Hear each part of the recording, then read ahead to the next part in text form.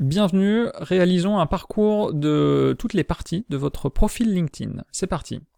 Tout d'abord, nous avons le haut du profil que nous avons ici sous les yeux, avec une image d'arrière-plan ici, la montagne sur mon profil, une photo de moi, une photo de profil, mon nom, et ensuite le titre général du profil, avec différentes informations me concernant.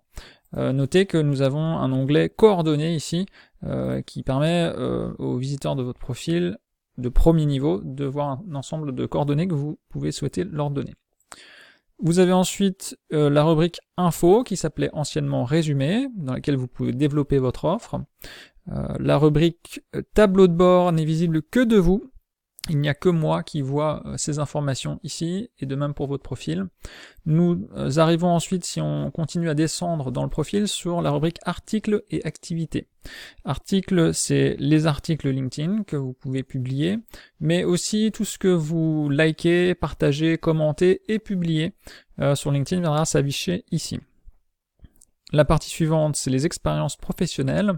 Ça ressemble davantage, cette partie, à un CV, avec des titres ou intitulés de chaque expérience professionnelle, et une description dans laquelle vous pouvez indiquer les résultats clés que vous avez obtenus, par exemple. Si on descend, on arrive à la formation, universitaire, grande école, etc., ainsi que les licences et certifications que vous avez pu obtenir, incluant des certifications LinkedIn Learning, comme celle-ci ici, que j'entoure avec le curseur de ma souris. Vous pouvez également parler de tout ce qui est bénévolat, s'il y a des choses qui sont pertinentes pour votre utilisation de LinkedIn et vos personas. Et la partie suivante, c'est la preuve sociale. La preuve sociale, ça consiste à donner la possibilité à votre réseau de s'exprimer sur les compétences et les réalisations que vous avez.